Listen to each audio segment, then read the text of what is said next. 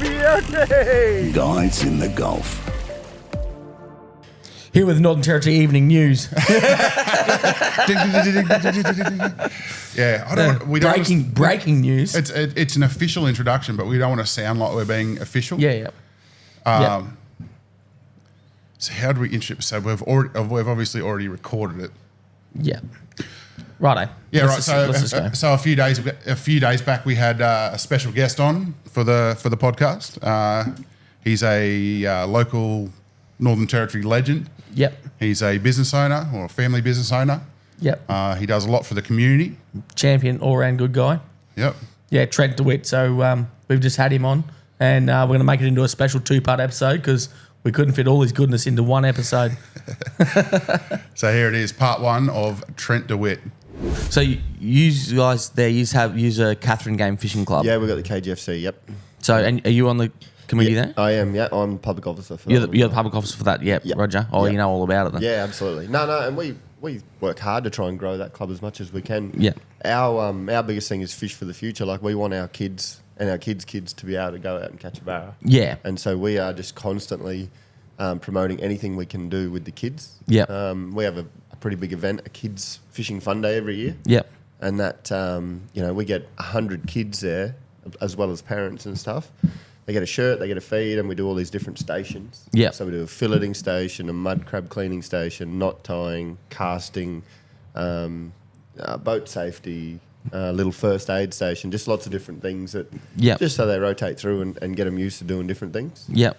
So, yeah, no, it's good. It's a strong club, actually. It's gone from strength to strength. It was in dire straits quite a few years ago, and a few of the boys from town jumped on it and really turned it around. So Yeah. now we get 350, 400 sort of people to the big horse comp. Yep. At Timber Creek. And when do you do that?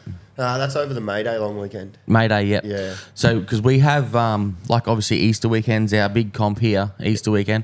But sometimes Easter gets obviously washed out, especially like this year, Easter's early, because obviously Easter's changes with the, I think Easter's always like the third full moon from Christmas, I think. So it's, like this year it's a bit earlier than most years. Yeah, late March. Yeah, so we plan to do everything Easter weekend, which is a big comp. Like, we get 300 plus sort of participants in that. And then on the Sunday night here, we expand the bar area out, put up temporary fencing and everything like that. And then we have, 400+ people sort of thing in that. Yeah, nice. In the area there. And, it's usually goes pretty good, but sometimes it's rained out when it's early in the, it's still a wet season, so sometimes it gets rained out, and then we move it to, I think, the June, July long weekend. We usually do the KAB Challenge, which is like another weekend fishing comp. It's our second biggest comp, but we swap those around basically. If it's too wet to do our main comp on that Easter weekend, we swap it around. We call that the King Ash Bay Challenge then, because we still obviously got some people here. So we still run a comp, but it's just, substantially smaller than obviously Easter weekend. But Easter weekend is big, like, where I think last year we were up around about 80,000 maybe dollars sort of thing in terms of cash and prizes. Yes. So we raffled a boat off last year. We had like you next door to where you're staying pretty much. You would have seen, Pete won it there. So I see it in the shed there, or stick it up. So this year we're going to do the same thing, but we're not going to do it for Easter weekend. We're going to do it for Territory Day. Yep. Because obviously Territory Day is another big day we have. Not so much for a fishing comp, but Territory Day is like one of our, it's our second biggest event anyway for the year. So we have a big celebration for Northern Territory Day, and usually have a live band and have 300 plus people in the bar there that night. Usually have like a theme. I'm not sure what's our theme this year. We've worked it out. Territory night, Christmas in July. Oh, it's Christmas in July this year. Yeah. So it was last year. What did we do last year? It was Greece, wasn't it? Like a 50s or something theme. Yeah. So everyone gets involved. Everyone gets dressed up. Yeah, good. Everyone that's like all our members and stuff that live down south. They're always asking, what's going on this year, and they all buy their costumes and get organised for it. So nice. So it's a big thing. So big horses on. It's on the May Day long weekend every year. And the problem with it, if you're a lure fisherman, is you don't get to choose the tides. Obviously, being that it's on May Day long weekend, live baiters are generally doesn't really matter. They have pretty good time regardless. But if you're a lure fisherman and you want to fish clean water and it's on a full moon weekend or something like that, it makes life pretty hard. You have to sort of go back upstream from the river unless you're just going to sit in dirty water all day. So it's not something you can pick, but it's just good because every couple of years you get some good tides where you're in with a chance as a lure fisherman, and then pretty much a live baiter always wins biggest barra. And so that's the Big Horse Creek. That's on the Vic. Yeah, Timber Creek. Yeah, so 280 k's west of Katherine. In a township called Timber Creek. Victoria River.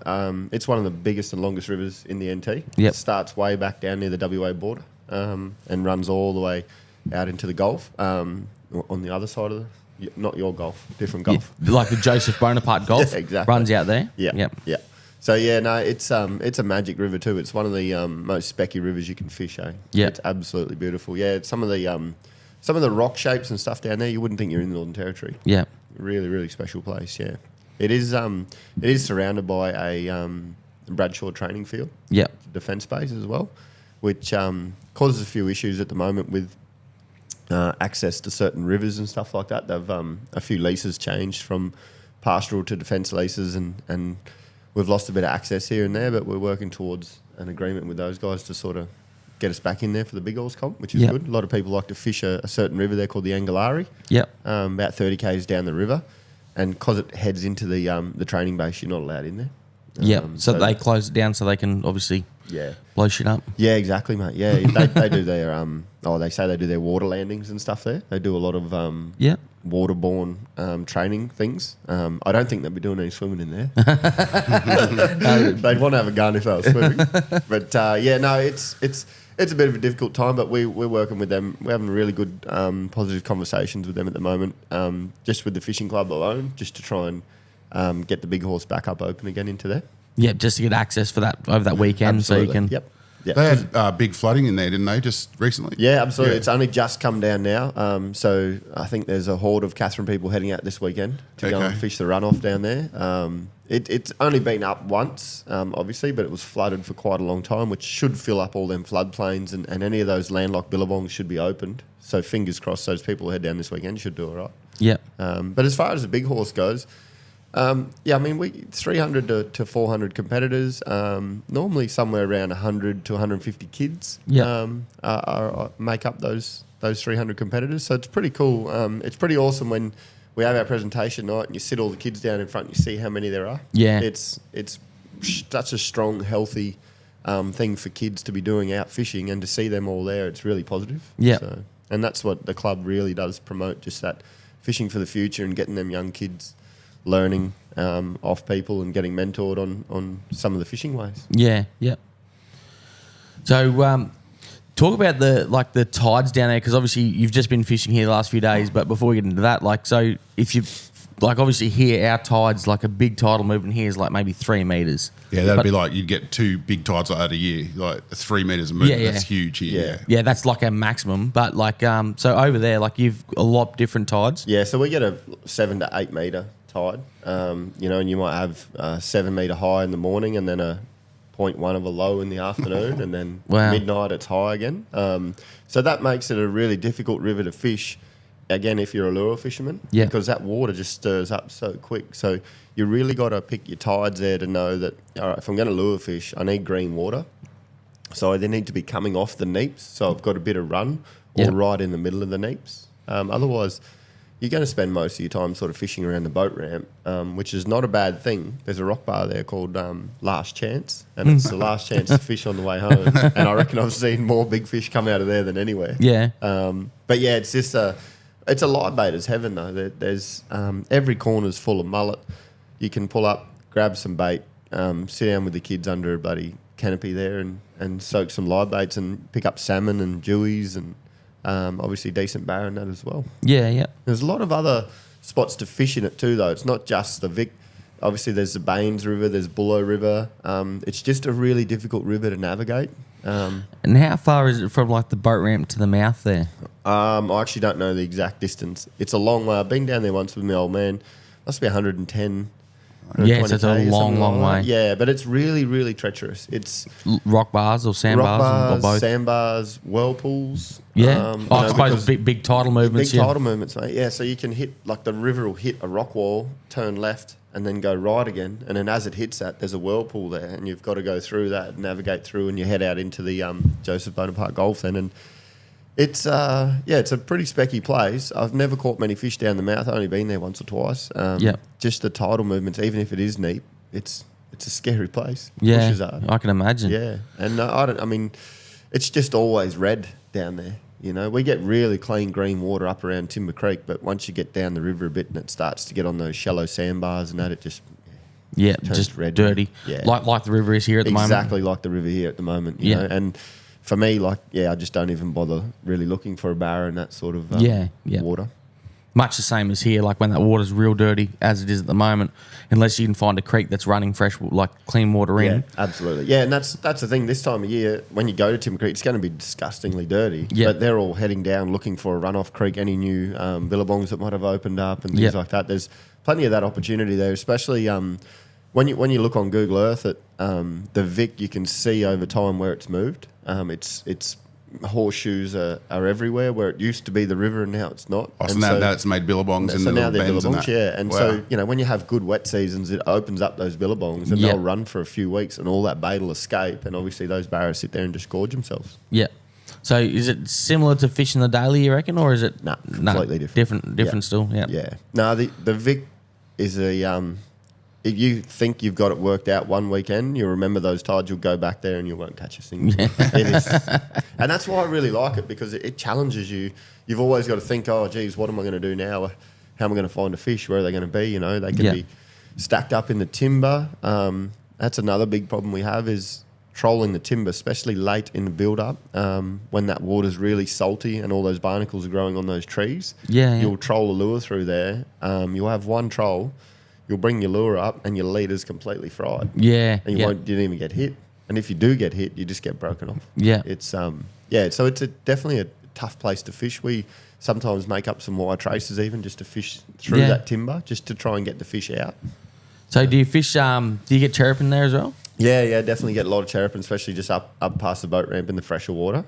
People use them; they'll just take them down and live bait them as well. So. Yeah, so cherrapin, for people who don't know, is just like a freshwater prawn. It's like big freshwater prawn, good eating too. Yeah. We actually just spoke about going out and trying to get some here. There's some running here at the moment in the reeds and that around King Ash. So, but like people use that a fair bit for bait though, like on the daily and that hay. That was a fairly standard thing. Yeah, that's the go-to on the daily is those cherrapin, because they're just like a dinner bell for a barra. Yeah, like if they've got a hook through them and they're flicking as they do, when you grab hold of one, you'll see what I mean. Just a big flick. That just calls barra from all around to come and boof them. And I'm not too much of a bait fisherman, but it works really, really well. Yeah. I don't know if you've ever seen those videos of like the daily at the crossing there when those cherrapin are running. They are like just millions of them on the side creeping up the river. Yeah. It's phenomenal. We were talking about yesterday. I saw a video on TikTok of someone throwing the cast net for them, and they're just pulling in a cast net and had like 100 of them in the cast net. I didn't know they got that thick. Yeah, and the roper's the same. You go to the roper bar and you'll see them there running really hard, and you get huge ones at the roper. Absolutely huge ones. Yeah. See, we get them here, but not. I've never seen them. Not in big quantities though. Yeah.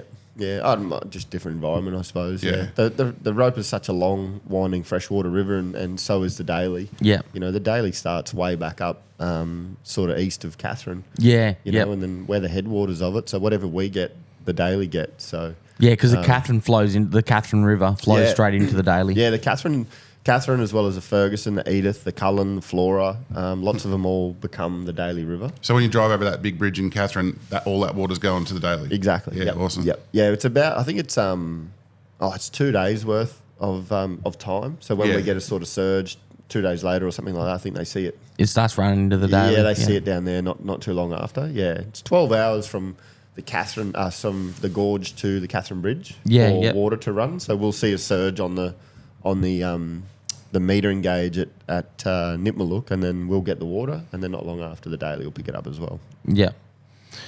Yeah, because I grew up out at past it. I never fished in the daily. I don't think I've ever even been on the daily. But back in the day, we used to go across that causeway there and go out to Port Keats. Like I grew up at Port Keats. Nice. They used to fish like the Moyles. Have you ever been out that country at all? Absolutely. Yeah, I had a few friends that were builders and stuff out there, and lucky enough to get out there and do a bit with them. Especially with the TOs that can take you out to a few special spots. It's pretty cool. Yeah, that's such an untouched place. All of that Wadeye and all that country out there. It's plenty of good fishing. You just need to have permission to be there, I suppose. Yeah. That's obviously that's the biggest thing is access. But people that go there to work or are lucky enough to get a permit to go there that know somebody or whatever, they can get in there. That those Moyle rivers, the Little Moyle, Big Moyle, or like Chindy is a Little Moyle. Yep. And that Redcliffe area, because barra fishing obviously is unreal there. Like the floodplain, like Slim Dusty wrote a song about it, about the catching barras, on the Moyle River. So, like I caught my first barra there, my missus caught her first barra there, my brother caught his first barra there. Like, it's a pretty special spot for us. But then it's not just barra too. Like you get out the front there and then you fish like that. I think Emu Reefs and that might be closed off now. I'm not sure. There's some protection areas there you have to be careful of. But it's such a good area to be able to go and fish, and it's getting quite popular with motherships and that from Darwin, or people doing extended trips. It's another thing you find these days with the boats getting bigger, fuel tanks getting bigger, all that. They're pushing further and further for longer periods of time. They can really self-sustain on a boat for 4 or 5 nights. So it opens up so much area for them to go and fish. Yeah. We spoke a little bit about boats a couple of episodes back. We spoke about sort of the ideal territory barra boat. I suppose the territory's it's a place where like boat design is probably a little bit ahead of a lot of places in terms of these sorts of boats. So what do you reckon is a good, like for people that are looking at buying a boat maybe or getting a boat built, what's your sort of perfect boat? Like if you could, money's no problem, just pick whatever you wanted. What do you reckon you'd do? Because we spoke about poly, glass, alley, all these different things. So there's so many options available now. There's a million different boat brands out there. But it's a bloody hard question. Yeah, because the thing is, there's not one suited for everything. If you want to go and smack some blue water fishing, well, realistically, you can't do that in a barra punt. Yeah. But if you want to go and catch barra, well, you can't do that in a 8 or 9 metre blue water boat. So for me, we run the top enders, centre console top enders. My old man and I got one of them. Absolutely love them. Centre console, so you can sleep 2 people down beside either side of the console on a stretcher, and the stretcher gets you up level with the deck so that you get a nice breeze. And as you said, you go to any upholsterer or anything, in the NT, and they'll make you a mozzie net and a rain cover in a heartbeat, and it's probably a bit weird for someone from South thinking about that, but that's what you've got to do. You'll get chewed by mozzies otherwise. But for me, it's something convenient that I can go up the creeks with. And then if you pick your weather right, somewhere like King Ash, you can bring out a 5.5 metre top ender. Yeah. And you can go out around the islands. You've just got to be looking at forecasts and watching what's going on, obviously. But I'm quite lucky. I've got, my brother's got a huge 9 metre Noble Super V. And so when we want to go wide, we don't have to worry too much about it. Yeah. We try and pick the days so it's not as bad. But so we have the punts for in the rivers and a little bit of blue water, and then we got that bigger fella to go out wherever we want to. Yeah. It's plenty of room to sleep on as well. So you've just done a trip here now, and you're in your mate's boat. Yeah, so I'm in with Brad Inglis from Sturt Plains. Him and I, share a similar passion for fishing. We're not much of a bait fisherman. We really like to challenge ourselves on trying to find what those fish are eating. If you can spot them on the sounder and try to coach them into taking whatever you're dropping on them, then you're doing your job, I reckon, which is pretty good. When it is slack, don't get me wrong, we will put on bait if we've absolutely jigged till there's no tomorrow. Yep. So we came out a few days ago and we're lucky enough to get out around the islands and go out wide and just find some reef and stuff like that and drop down, and we get some good goldies and good nannies. Didn't find a red emperor this trip, but we really enjoy using just small Jabba's Moxie metal jigs, just small jigs that you drop down and you just twitch them up and down, mate, and the fish seem to These are the ones they flutter down. Yeah, they're flutters, exactly. Yeah, the one we were testing is actually has a keel on one side. Yeah. So as it drops down, it just displaces itself and it swaps down, and geez, they weren't even hitting the bottom and they were chewing them off, eh? Yeah, I've seen that you put a couple of videos up there, mate. Yeah, we're getting bent up, doing a bit of testing, and those rods. I don't know, that video I put up. It's a 5-piece travel rod. Yeah. So the thing packs up, under a meter. Tiny, Tiny, mate. And it goes under the front of your boat. No longer do I travel with rods in my Hilux, in my seat, or in the boat, or anything like that. They're literally under the hatch of the front of the boat. Yeah. They're not getting trodden on. They're not getting broken. When I get there, I pull them out, put them together, away you go. Yep. And you can take them in your carry-on. You can send them around Australia. They're just really, really convenient and strong. And you can get them in a couple of different, like if people want like spin gear or... Yeah, absolutely. Yeah, so I use one called the Trigger Man.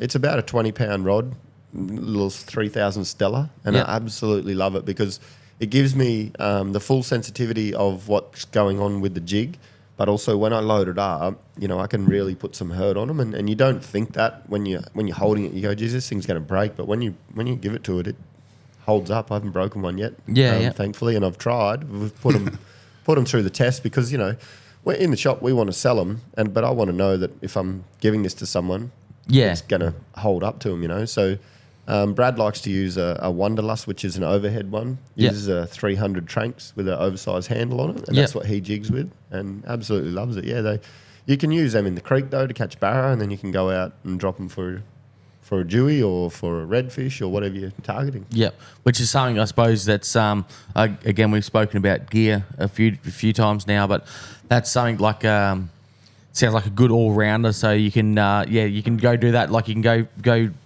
coastal creeks chasing barras and jacks or whatever, but then all of a sudden the weather prediction's stuffed up as normal, and it's your plans change throughout the day. Yeah, it's calm right, it's a glass off, and you think, geez, I'll run out to that spot 10 k's out and bloody and hit that. And the good thing about them is you don't have to have 10 rods standing on your console or anything like that. But under the front of the boat, you can have 6 to 10 rods under the front. Yeah, because they pack down into a small case. Then you've just got your little reels there. So if weather conditions change, as you say, well, then off you go. You can pull out what you want. And it can be the other way too. You can be offshore and a big storm blows up. Well, we've got to head to the creek. At least you can use that smaller stuff in the creek as well. Yeah, yep. Which happens out here a lot. We got smashed by a couple of good storms. That's a good thing about here, though. Like, there's so many different options. Like, you can go, like we've got several thousand kilometres of creek system, throughout the delta, and that's just the start of it. Like, it's insane, mate.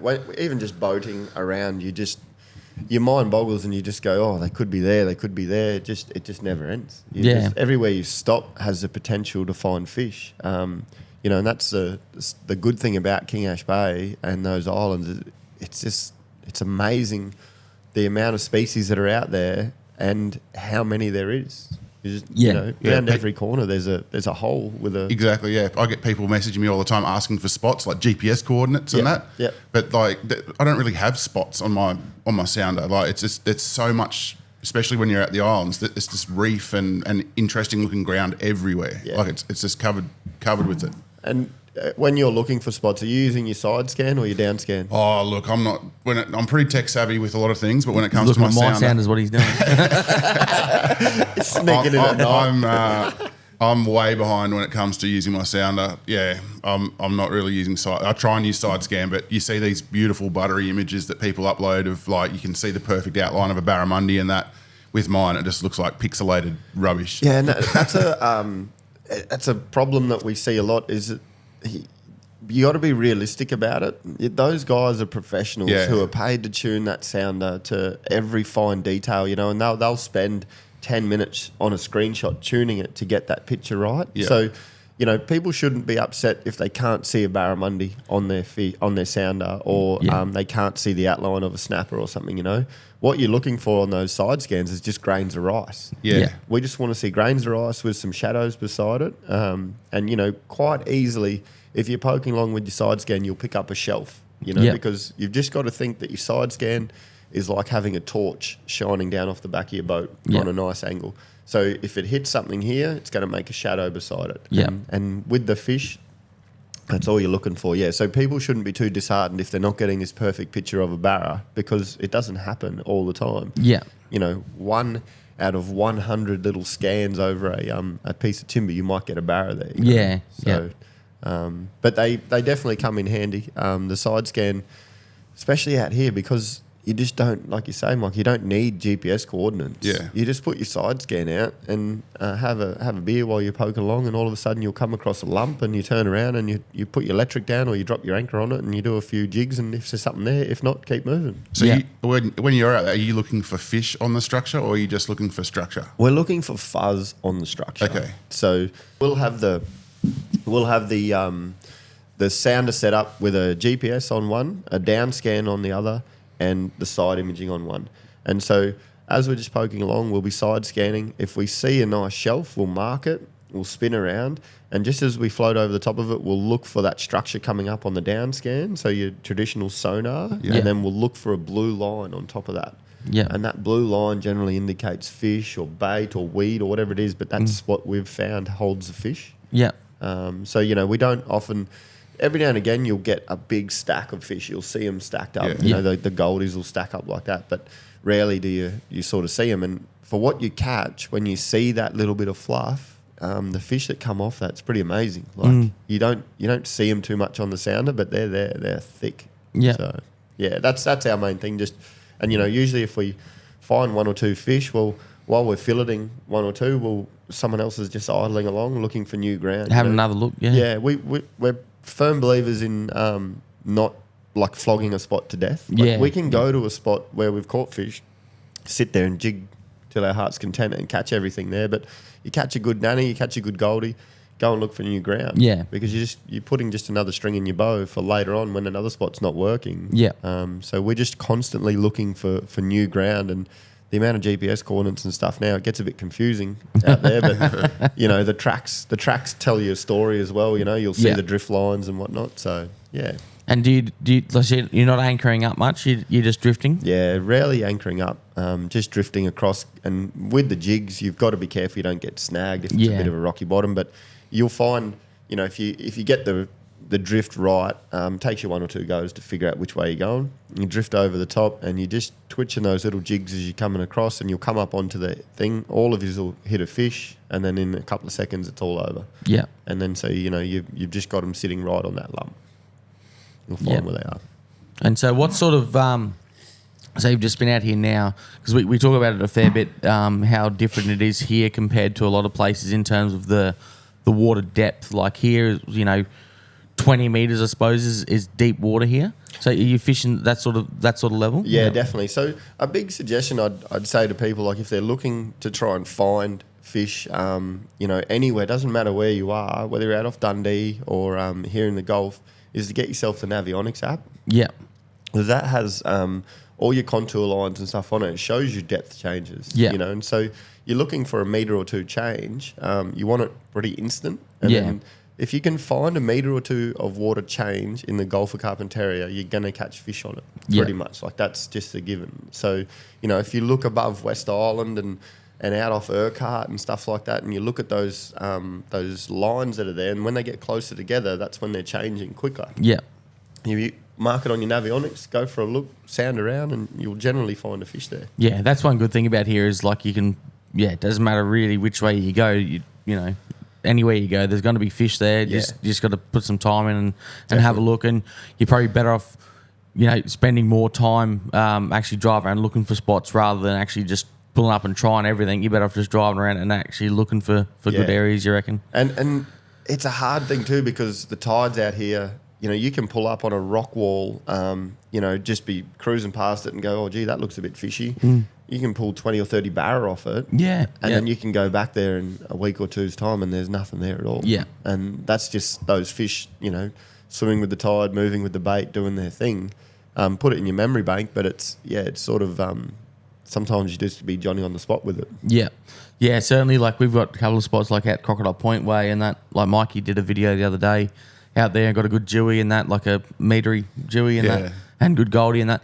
Like, but we've been out there before and we've just absolutely nailed it. Like in 4 meters of water, and we've got like, I don't know, we had like 6 people on the boat and everyone's got 2 jewies on at the same time. Like, but then you go back there the next time and not a thing, so. Sharks and catfish. Yeah. And that happens so much, like we can have such good trips and then, geez, we can have some terrible ones, like people need to realise that not every trip's a good one, but it's good if you're just out fishing. Like, even the last few days we've had out here, we had two good days of fishing.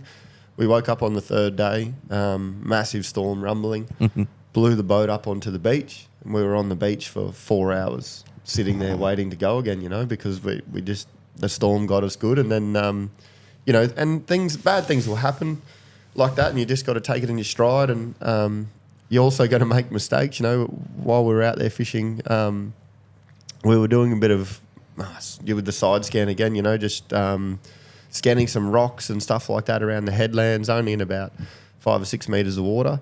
And then we went out further off the coast and started to use our side scan, just looking for a bit of reef fish or something like that. And as we put down the side scan, all we can see is just cloud. There's nothing on the side scan. Yeah. And we've gone, geez, we've smacked the transducer on a rock or something like that. It's not working, So Brad jumps in the water, the sharks, crocodiles in the NT to check the transducer. So he swum around the back of the boat and he's had a look. There's no cracks. There's nothing visually wrong with it. Back in the boat, and we just go, oh, well, we don't know what's wrong with it. We tried to turn it on and off, all the standard stuff, and couldn't get it to work. So we spent the whole day without using our side scan. We just used the down imaging. Still found fish with the down imaging and that. As we've come back into the coast, it started working again. And we just went, oh, there must have been something caught around it. I don't know. We just left it at that. And then the next day, we woke up, back out blue water again. As we're leaving where we were sleeping, it's working fine. Get out in the blue water, it's not working again. And I have a look over and he's got it zoomed in. He's got it zoomed in to 6 meters and the water's 20 to 25 meters deep. That old chestnut. So and that's, I suppose it's you've got to bring a bit of laugh to it as well. Like you're going to make mistakes and it's good fun to do that. And it happens though, like it's such an easy thing to do. It's like something silly like that being zoomed in. Yeah. Same thing, like I've fixed sounders for people where they go, oh, my GPS isn't working, but it's because they've touched the screen and it's stuck, with stuck a cursor here. on it somewhere. Yeah. And I'm like, no, just press escape, Russ, and get out of it. I got a same but different one. Remember where we saw a heap of cattle on the side of the river, and I got the drone up to go. We wanted to have a look. I'm like, I can't see him, man. I'm flying over there. Man, I'm looking right on my screen here. The cattle are not there. And I actually stand on the boat. I can see them there. Like, what's going on? I'm like, oh, I'm on the other side of the river. I was on the wrong side of the river. Took off and went the wrong way, 180 degrees the wrong direction. Okay. Like I helped a bloke out last year with his boat, because I'm at the front of my place and I'm doing something in my boat, getting organised to go to work, and I can hear the guys next door and they're stuffing around. Like, we can hear this engine turning over, and it's brand new. Brand spanking new boat, and I'm like, oh, it's I was mind my own business sort of thing. And then my neighbour comes over and goes, oh, my old mate's got some dramas there, can't get his engine going. I've been helping him with it, but can't get it going. I said, what sort of engine is it? He goes, oh, it's a Yamaha. I said, no, wait, it'll be something simple for sure, 100%, mate. I've never seen one that turn over and not start. So go over and have a look, and he's, I can't get fuel pressure up or something. I don't know what's going on. I've had it half pulled to bits. And I just looked over and said, is that kill switch always been disconnected on that thing there, Russell? He just looked at me and shook his head. He said, you're joking, aren't you? I said, no, man, I'm not. He's like, oh, you got to be kidding me. And he had a big truck, like a F350, or no, like a Chevy or something, like a dual wheel, 350 Chevy or something. And he'd been down the boat ramp, backed the boat in, launched it, parked the car, walked back down to the boat, jumped in it, tried to start it for an hour down there, couldn't get it going. So then had to walk back in his car, pull it back on the trailer, go to the shop. The shop said, I'll come back this afternoon, we're flat out. So they're stuffing around with it for a couple of hours, and it was as simple as just the kill switch wasn't plugged in. Like, I know that. No, what sort of swearing we got on here? No, whatever.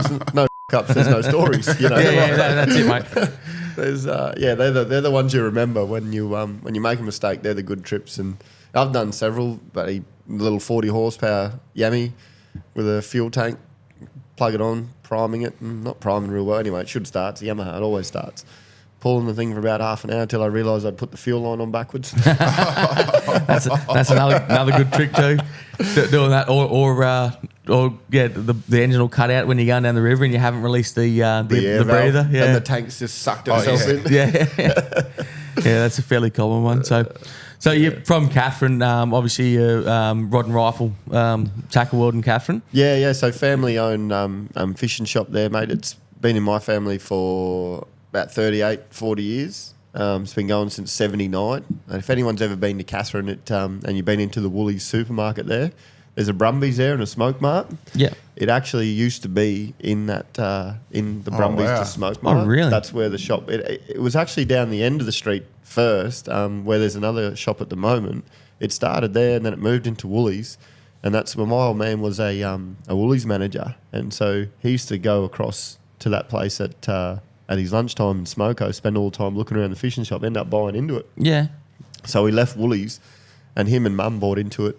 When it was at where Brumbies and that Smoke Mart is now, that was all one shop, all joined together. Yeah. And then, I think 2003 it might have been, he took the big leap and he moved it to where we are now, on Giles Street there. Yeah. And that was a pretty scary thing for him. I remember him saying that he wasn't sure how it was going to go and that, but it was one of the best decisions he ever made, he said. So, and It's definitely a busy shop. Oh, always. yeah, mate, we love it. It's easy to go to work when you enjoy what you do. Like selling fishing gear and talking to tourists and stuff like that. It's just what we like to do.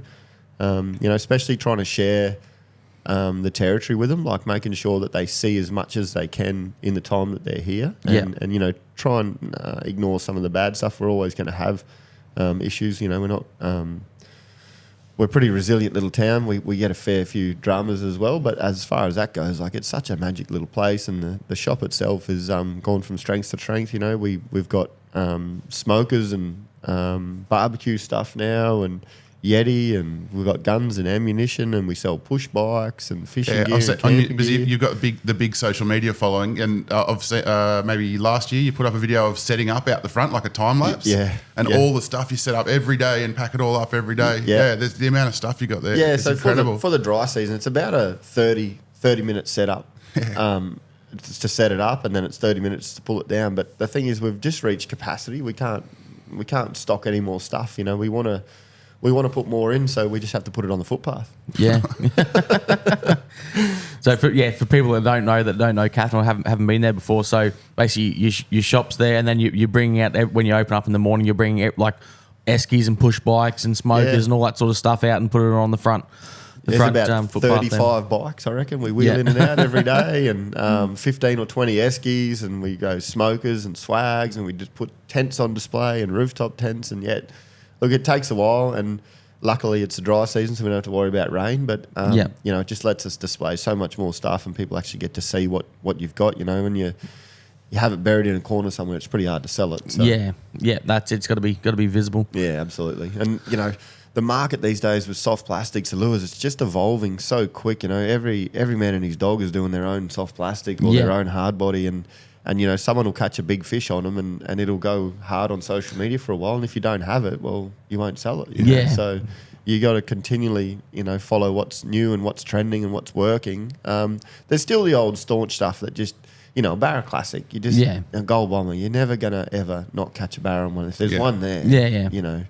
But you've got to be on the ball with all this new stuff these days, and the type of jig heads and stuff that you need. And So do you agree with the adage that lures are made to attract fishermen, not fish? Oh, 100%, mate. You see some of their eyes light up when they walk in there, and they just don't know where to start. And sometimes I don't know where to start either. I look there and go, oh, geez, my tackle box, I've got all of this in it, and I just don't know. You just need the basics, I suppose. Like that's probably a tip for a lot of people, is just start small. Someone will come into the shop and want to get into fishing. I don't want to sell them a $300 or $400 rod and reel straight up. It's not what we want to do. We want to get you a combo for $100 and a few lures and that, and see if you enjoy fishing. And then from there, it's like, right, well, that's a spare rod now. You go and invest some money in it. And just start small, packet of soft plastics, gold bomber, a couple of little hard bodies, and that's where you need to start if you want to chase a barra anyway. Yeah, but have you got a favourite for barra fishing? I love the jackal. They're those good. Little 79 jackals, and because they're a suspending lure too, eh? Suspending as well. So for people that don't know, they if you pulling that through the water, it won't float back to the surface. It'll just sit there. Yeah. So one thing you have to be careful of with a suspending lure is to not really troll it. So places like the Vic, if we're trolling the timber, we want a floating lure because as we're going through the timber, we're twitching our rod. It's hitting the timber. If it gets stuck, you drop your rod tip back and the lure will float up over it and keep going. And with a jackal or a suspending lure, it's just going to hit and it's going to stay. And stay there. And then you've just lost $29 or whatever. Yeah, because they're not the cheapest lures. No, they're not. No, so they're a good casting lure. But they work on everything. Around rocky headlands, you'll pick up jacks with them. Queenfish will destroy them, and so will barra, salmon, all that sort of stuff. They'll pick them up pretty easy. Yeah. Yeah, and I think they're one of my favourites too, but I don't have too many of them because they are like one of the more expensive ones. But I think growing up, we just had gold bombers. Like open the tackle box. It was just fishing like the Moyle and stuff like that in the floodplain country because you're only shallow water anyway, and just cast and retrieve. Everything was just gold bombers. And they work so well still, mate. Even the other day, 2 days ago, I caught a barra on a gold bomber. Yeah. Just because it's my go-to thing when you put on. It's just they seriously work so well. Yeah. And they don't have a specific place. A lot of people ask, what's the one lure that's going to catch me a barra? Well, that's the one that's going to give you the most chance to catch a barra. Yeah. Obviously, nothing's guaranteed, but that's the one that's going to help you out the most. You were talking about you're stocking smokers now, and that triggered a memory that's obviously another passion of yours. Oh, mate, I love smoking meat. Is, I did a trip around the States with the wife when we were a bit younger and spent 6 months sleeping in our car at Walmart car parks and all that sort of stuff, and tried every sort of smoked meat we could get our hands on. And then when I got back to Australia, and sort of went back and started working at the shop with mum and dad, looked around to try and buy one, but there wasn't really anywhere that sold smokers. It wasn't a thing yet. So I got onto Traeger and become a dealer for them, and I reckon I sold one in about 2 years, and it was to myself initially. But once we started cooking a bit of a feed on them and putting it on for people, and they were like, "Oh, geez, this is all right." And now we pump through the smokers now, and it's all about just cooking that the meat for a really long, slow period. Yeah. So a beef short rib, you can put that thing on at 6 in the morning. It'll be ready by 6 at night, but it'll just fall apart. It's really good. Pulled pork, pulled lamb. They're just amazing on a burger, stuff like that. And we enjoyed it that much that the wife and I even started a little takeaway business as well on the side. Yeah. Where during the dry season we set up a little pop-up stall and we do a big burger box. And the one thing I said to her is that, I'm a big fellow. I like to eat a lot. And I like to get value for money. So when I buy something, I want it to make me feel sick at the end of it. Yeah. And I'll get away. So, I just said to her, let's just do it and fill these boxes up so people just go, that is a disgusting amount of food. Sounds like something we could be into. Yeah. And so, we do that during the dry, and it's great fun. And we really enjoy it. And so you sell out every time? Mate, yeah. So I do about 100 kilos of meat now for it. And it's normally around an hour and a half to 2 hours, and we're done. And that's anywhere from sort of 70 rib bones, 300 or 400 chicken wings, about 20, 25 kilos of pulled pork, pulled lamb's the same. We plough through it, and a couple of hundred bread rolls, and I think we're doing about 32 kilos of chips in that time. I started with this little deep fryer that I bought off the internet, and I was like, oh, geez, this will do the job, And the first night we just got slammed. I was embarrassed with what we did because, I was like, I just shouldn't have advertised. I should have just opened it up and done just a little give it a go. Yeah, test run. Yeah, and it was just a shambles, So we now have a commercial deep fryer and all this stuff, and I've got a whole commercial kitchen at my house. I just never thought it'd be something that I'd be doing, but we love it. It's good fun, and you meet lots of good people, and it's pretty hectic for a few hours, but it's just something else. For Katherine as well, just adds another. Where do we set it up at the shop or? No, I started there, Mikey. Actually, we started in front of the shop just because it was easy. There was power there, and there's a kitchen upstairs, so you can prepare a bit of food here and there. And it moved to the council. Katherine Town Council does a food van collective night now beside the cinema in the car park. There's an empty car park there, and they get about 4 or 5 different food vendors there that turn up now. They do it for 6 nights a week, I think. Yeah, wow. We set up set up there, and it's good. We have a line that's some people are there, like we start serving at 6. I get there at about 5 to set up, and people are helping me set up because they want to be first in line. So they're there, and yeah, like my sister-in-law waited in the line one day just for the hell of it to see what it was, and she was there for an hour and 15 minutes. Yeah. And so, that's not what I wanted to do initially. Like, I didn't want there to be a line. I just wanted to pump through food and just get it out and people enjoy it. But obviously it's quite popular and it's worked out well. So, it's a sign of what we're doing, I suppose. Yeah, that's it. And I suppose that's that's just one of the things that happens when you're doing something you enjoy doing.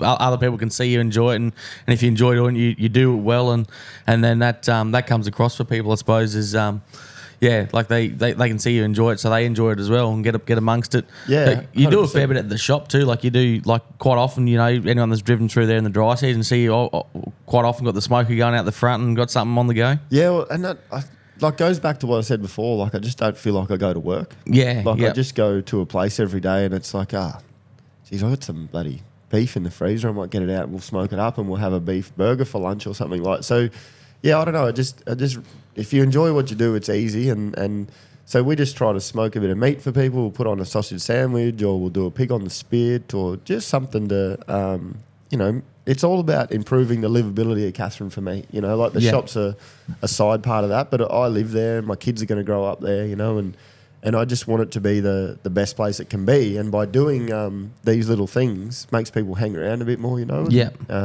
It tries to outweigh some of the negative stuff. So yeah, that's it. Because obviously there's been some negative headline stuff. We don't need to talk about that. There's but that's something that you're doing there. That certainly I've seen social media and stuff has been fairly big for you. Like all the different things that you're involved in. Like Christmas time. You got the bloody little train set up and all that sort of stuff. Like it takes like a lot of work to get that sort of stuff up and going, mate. Well, like, how do you go with that? Because it seems like you've got like a full-time job outside of work, just doing stuff for the community. Like your fishing comps and stuff's one thing, but that's sort of part of your business as well as obviously fishing. But all the other stuff that you're doing as well, like there's a lot of stuff there. Like I seen something the other day. You another group that you were having an AGM for or having a meeting for the other day.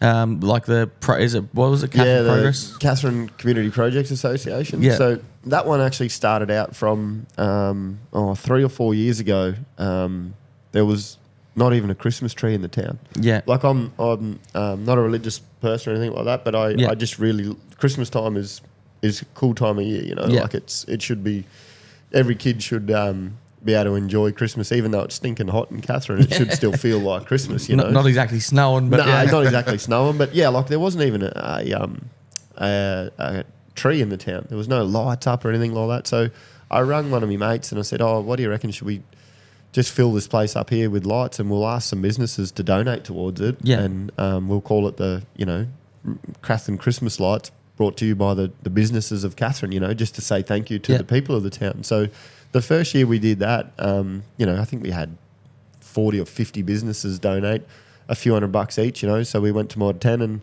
bought a heap of Christmas lights, and we set up that little market grounds in the town with lights, and as people walk in, we had some lolly bags for them, and we just, come in, sit down, have a look around. We had a couple of food vendors come, and then from there it snowballed to the point where people wanted to be a part of it, especially businesses, but they didn't want to donate to, like we were running it through the shop just as a, because people wanted an invoice. So it made life difficult. So then I had to start an association for this thing. So we went, all right, well, we'll start the KCPA, the Katherine Community Projects Association. So we fired up this association. And then from there, it's just snowballed, it just doesn't end. Like you just, there's so much you can do for the town, and it's all there available to you. You've just got to make the time to do it. Yeah. Between school holiday programs, so the shop runs school holiday programs where we take kids fishing on the gorge and stuff like that, and then the association also does movie nights for kids after hours on the Oval. We do all sorts of different things with that, and then the KCPA snowballed to where a mate and I were having a beer and a laugh, and we said, what if we got a train and drove a train around the streets of Katherine? And he looked at me and he just went, you know, buy a train, mate, are you? I was like, oh, look, who knows, you know? And there's a couple of really nice houses not far from our little light display, and we wanted to be able to take people from our light display to theirs. And this train popped up in Darwin for sale. Facebook Marketplace, mate? Marketplace. I asked them if they accept Pay ID. But no, this little train popped up, and it's actually going to be used for a while there to ferry people from the Darwin waterfront out to the wharf. Yeah. And bring them back and forward. Anyway, it never got off the ground, so we scored this train. And I drove up. I did a couple of runs. I just picked up the little. It's a little Suzuki Stockman. Yeah. And it was built by Darwin Bus Service by a panel beater back in the day. He just built this thing into a complete train. Like it just looks like a little train. It's amazing. It's a proper 80s style thing, you know, where someone, you know, wasn't going to sue you if they tripped and fell on something, you know, and that's a big hurdle that we had to overcome. But we got this train back. It was in way worse shape than we expected. As all things from Marketplace, mate, honestly. We lifted the hood on this thing, and we had a mechanic come, an old retired mechanic, Doug Glasson, and he just looked at it and he went, "What have you done, boys?" So he spent 4 weeks pretty much non-stop of his own time for us to rebuild this thing to get it running by Christmas. And then we also got 2 trailers came with it. And again, local businesses in town, you know, Pete from PRF, he just stripped them things out, rebuilt them. Jeff Usher put new seats all over them, and they just turned out smick. We had a guy paint them. And by the end of it, mate, we decorated this thing, and we were driving a train around the streets of Katherine with roads closed and 20 people in these trailers. Like, it just reminds me of just old school. Like when I grew up in Katherine, we had street parties and stuff. You know, like you'd go, they'd shut half the main street off. Yeah, and you'd walk down the streets, and there'd be just different things going on, and it just had that old school feeling about it. And it's still possible to do all that stuff. It's just a lot of work. Yeah. And I'm lucky I'm surrounded by a couple of people who I just come up with these batshit ideas, but they're the people who have to implement them. It's all that paperwork that's got to be done. And the liability, mate, you know, these days people are just looking to sue you for anything that they can, you know. So you've just got to cover yourself in every single way possible, you know. You want to do something good for the community, put on this thing, but someone will come up and say, yeah, righto, well, what happens if someone bumps their head on that thing? And it's like, well, they're an idiot, aren't they? But it's, no, you're liable for that. And it's like, oh, man. It makes it difficult. It does, makes it really difficult, mate. You know, and it stops a lot of people from wanting to do little things like that for the town, you know? And that's just even just talking, like obviously I've seen a lot of your stuff on socials and that, but just talking to you now, like just even sort of cements it even more, is that people want to do things. They want to do things for the community, but quite often it's... they're not sure how to do it, or, you know, like you say, there's all these little different roadblocks that come up, and they're not, you know, not really 100% sure on how to go about things. So it sounds like certainly in for Katherine, like you're sort of like the glue that holds it all together. So you know, you get the idea and you set it up, but then you've got all these other businesses, they want to help, they want to be involved in it, but you know, it just takes like someone like yourself to get in there and actually get things actually started. And then once you get it started, then all these other people sort of follow you. And we get the ball rolling. But as I said, there's a team of people behind me, and they don't like me to mention who they are or anything like that. But they put in, they stay up till, you know, midnight, 1 a.m. sending me photos of the paperwork they're doing for permits and stuff like that. You know, because and we'll hit roadblock after roadblock after roadblock, and you find ways around it. You make it happen, but without those people, like, my ideas just would never happen. They just don't go anywhere, you know. We threw a street party again this year, last year, 2023. I said to my game association, I was like, well, why the hell is there not a street party anymore? Yeah. So we shut a road and we had a street party. And we had food vendors. And it is, mate. You know, I mean, you engage with the RAF base. We had a friggin' bomb disposal robot there. You know, like, we had delivering drinks. Yeah, we literally had the RAF base there, mate, with a bomb disposal robot. I suppose for people that don't know, so Katherine is a town, 7,000, 8,000 people, something like that? Yeah, roughly, yeah. And then, but just out of Katherine, you've got Tyndall Air Force Base, which is now is huge. Like, it's just gone through massive expansion, or still getting expanded. Still going, yeah. And that's, so we've got obviously obviously Australian Air Force there. But I think they've got a lot of US stuff going in there now as well. Yeah, Marines and stuff are going in there, and I think they're putting some big bombers in there and stuff, and they're obviously got the F-35s there as well. Yep, the F-35, like the Lightning jets. Yeah, that new fighter jet. Yeah, so that, you know, really good. Anytime you have Australia Day awards or whatever it might be in town, you get a fly over those jets, and they're pretty special. Anzac Day, you know, they fly right up the main street, and so the town has a good relationship with the RAF base. I mean, it's there to support the RAF base as well. But Katherine's such a unique town because there's so much industry around it. You know, so it's the hub of the Big Rivers region. It's got pastoralists, it's got farmers, and then it's got the defence base on top of that as well. It's the main sort of intersection for your westbound road as well. You know, everything has to come through there, and it's just it's got to service so many people. So it's 7,000 people, and then during the dry season it's 30,000 people. You know, like it's a swelling little town. And so we lean on the RAF base to come along to those sort of things. You know, we had kids in full bomb disposal suits, you know, walking around. Showing their mum and dad, and the ambulances were there, and they had an airport fire truck, and just all that stuff, just to try to bring the town together. And it doesn't cost anything for them to donate time. Like, you know, obviously, it costs in the background, but you know, it's not a huge burden. It's just that engagement, and it works really well. And we have the fireys and the ambos as well, and it's good to get them there so the kids can talk to the ambulances, they take rides in them, and Yeah, that's the sort of thing, I suppose. Like, kids remember. Like, I mean, because like I mentioned earlier, like I grew up at Port Keats, and so I used to do School of the Air through Katherine. Yeah, and like I remember going there. We used to go there a couple of times a year. So you go for in school. So you'd go from, like, again, for people that don't know, like, School of the Air is literally, my classroom was my bedroom, and then I had a HF radio. Like, these days, it's all done over the internet, and you can see your teacher and that on the. Like, when I was a kid, there was literally HF radio. I had to go out and had a sinker tied to a bit of wire, and I had to throw it over a tree branch. That was my aerial for the HF radio.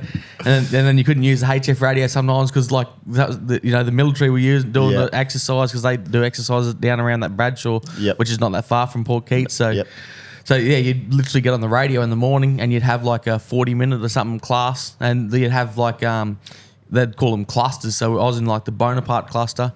So you have like me in my bedroom, and then like a kid on a station down the road somewhere, like on a cattle station or whatever, in his bedroom on his bloody HF radio, and you'd all radio in the morning, and your teacher would jump on there and she'd read your story and go through your work modules or whatever. But like going to that RAF base and that, when we used to come in for in-school in Katherine, we used to go there twice a year. Once for in-school, where you'd actually go when everyone else was on school holidays, you'd actually go in and actually be in a proper classroom with all your mates, all the people that you were in a cluster with, that you never got to see because they're 700 k's away from you, you know. But you heard them every day on the radio, so you're sort of mates with them on the radio. Then you get to go and actually be in a proper classroom with them for a week with a proper teacher in front of you and be sort of half normal. And then we did swim school as well. So like for a week a year, you'd go there and they'd go to the pool there in Katherine and do your swimming lessons and all that stuff, and make sure you're up to date. And then they'd have like a sports carnival, all that sort of stuff. But I still remember as a kid going out to like the RAF base there, and then getting shown all the stuff, all the aircraft and all the, same thing, fire trucks, and talking to all the military guys out there. And like, that's something that kids remember, that stuff, and it gets 100%, and it gets them keen to do stuff later on. It does, mate. And it gives them good memories of the town as well. Like, you probably got good memories of getting in the fire trucks and all that sort of stuff. So yeah, just trying to promote that livability, and people don't realise that School of the Air, what that is. Like, there's stations dotted all around the Northern Territory and North Queensland and that, and all those kids need to learn. Yeah.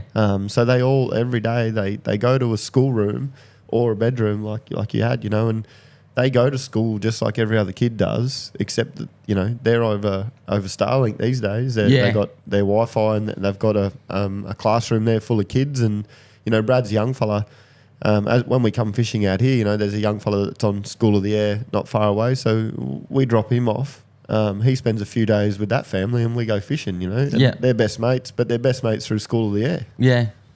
It's a different world. A lot of people don't realise that actually goes on, but them kids have got to get educated too. Yeah. So, yeah. Yeah, and it'd be hard for some people to comprehend what it's like, but the territories are such a small place, but it's such a big place too. Like it's everyone sort of knows everyone, but it's such big distances. Like on a station, you might have 2 or 3 kids on a station, might only be 1 kid on a station. Like you say, they've all got to learn, they've all got to do something. And like obviously a lot of kids go to boarding school. Like I went to boarding school for high school, but before high school, you still got to, you've got to have that that primary education, and there's just no schools there to do it. You just got to.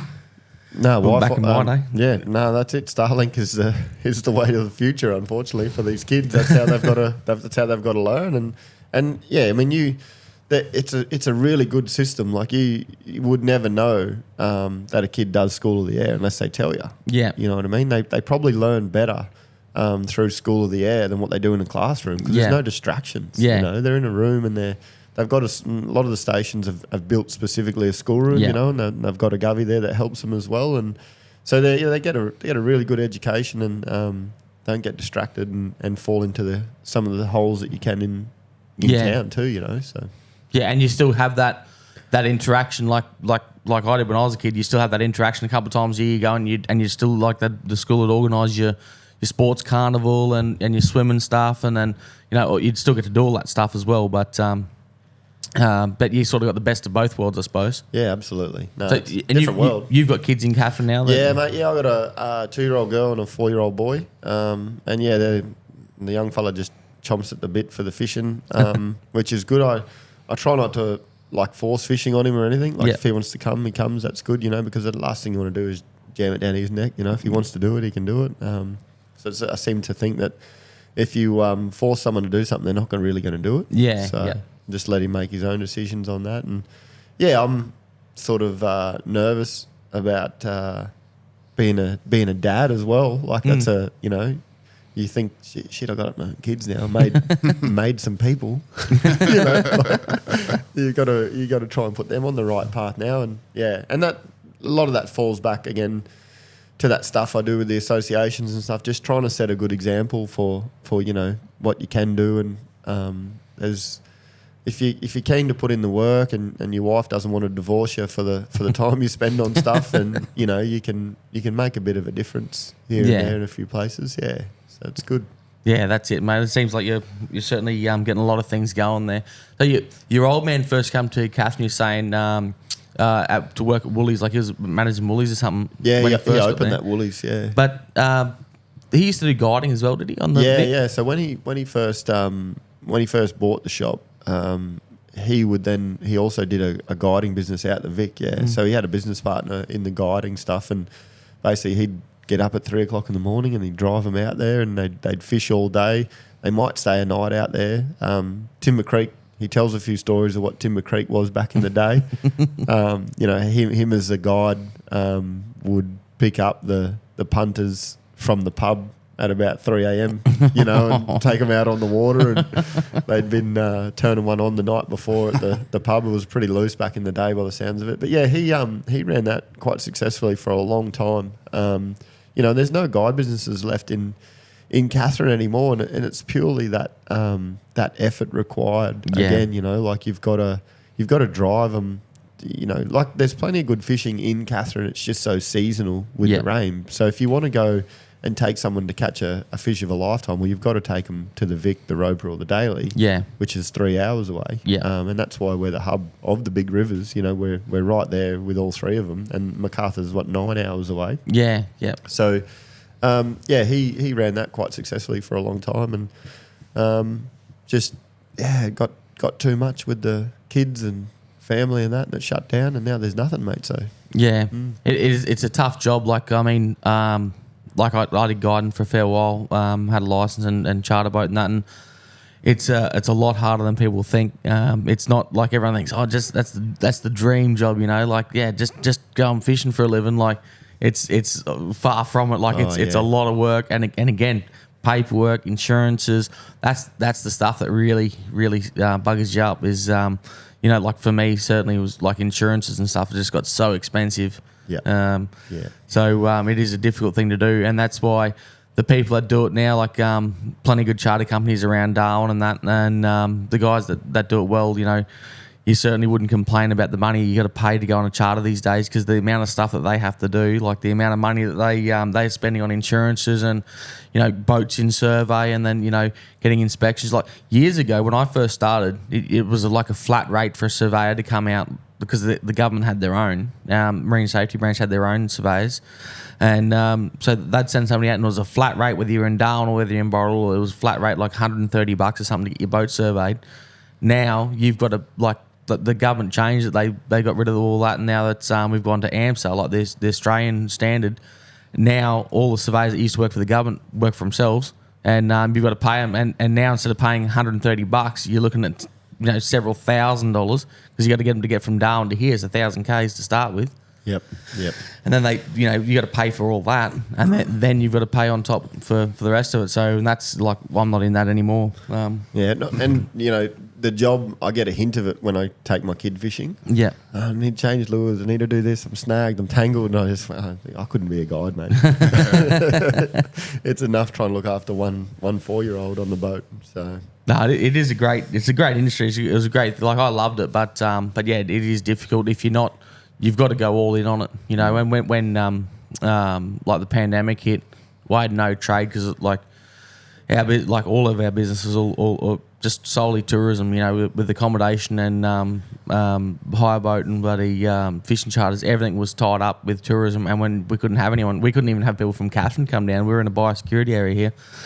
So that sort of, just wrecked everything, sort of thing. So I started doing the crabbing, and that gave us a steady income, sort of thing. So and now I just do that full time, and it's easy. You don't have to worry about what anyone else is doing. Just do your own thing, which is good. And you're only affected by a bit of rain, I suppose. That's it, mate. Yeah, hopefully we get a good wet season. That's it. So hey, let's touch on that. Is wet seasons and how important they are. Like we've spoken about it a fair bit. But I suppose it's something that that people just wouldn't understand. I suppose if you're from down south, whatever, you might not understand how important those wet seasons are. Certainly for us crabbing it is, but how important is it in the Katherine region, you reckon, having them big wet seasons? Yeah, so I suppose straight off the bat is that none of us want to see a town flood. Yeah. We don't want to see any of these communities get flooded and stuff like that. But a fisherman sort of hopes every year that we get big wet seasons. The main reason is it just swells all those rivers, lets those barra travel up and down. A lot of the time, you'll be fishing a culvert, which is just a pipe under the road when it's flooded. You'll see those barra swimming upstream. Yep. They want to get up into these landlocked areas and stuff like that. So when we get those big wets, it allows them to spread out further, but it also gets the bait time to breed. Mm-hmm. So for those sort of resident fish maybe that live in those bigger river systems, they want to just go and gorge themselves on a runoff creek that's full of bait. The only way that that's going to happen is a big wet season fills up a floodplain. That bait goes up there to breed. In the runoff season, after the rains are done, well then hopefully we get that runoff of bait. But it's a fine line, because we've just had a really good monsoonal system come through now. Yeah. Too much in some areas. Obviously, we saw some flooding through the Vic and stuff like that, which we don't sort of like to see. But if we don't get any follow-up rain, it's not really a good wet season. Yeah. To get that initial big run, that's awesome. I think just looking at the weather maps now, it looks like the monsoonal trough's firing up again. They're even talking about a low in the Gulf out here. Yeah.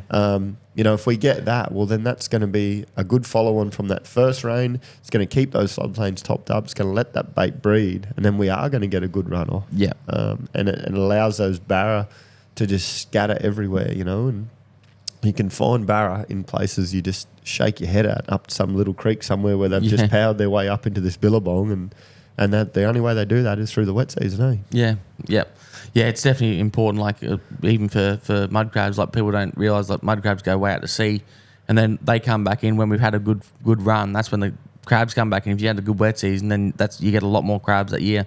Same as barra. When there's big wet season, barras breed a lot more because there's more food there, so they breed more. It's just a natural thing. All right, folks. So that's part one of the Trent DeWitt series, all done and dusted.